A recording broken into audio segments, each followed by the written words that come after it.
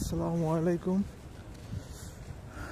আসলে হঠাৎ করে এত ঠান্ডা পড়েছে, বাইরে ওয়েদার -13 আছে। এখন আমি যে জায়গা দিয়ে যাচ্ছি এটাকে বলে ড্যান্টোনিয়া পার্ক।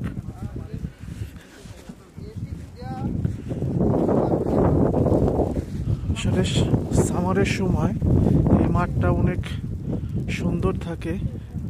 অনেক বাচ্চা কাচ্চারা বিকেলবেলা এখানে ঘুরতে আসে। এটা বিশাল বড় একটা মাঠ।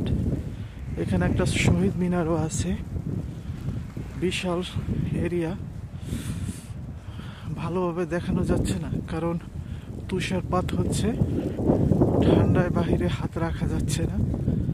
দেখেন এই ঠান্ডার ভিতরে ক্যানাডিয়ানরা তাদের কুকুর হাঁটানোর জন্য নিয়ে আসে বাহিরে। অনেক সুন্দর, ভালো থাকে। Bye bye.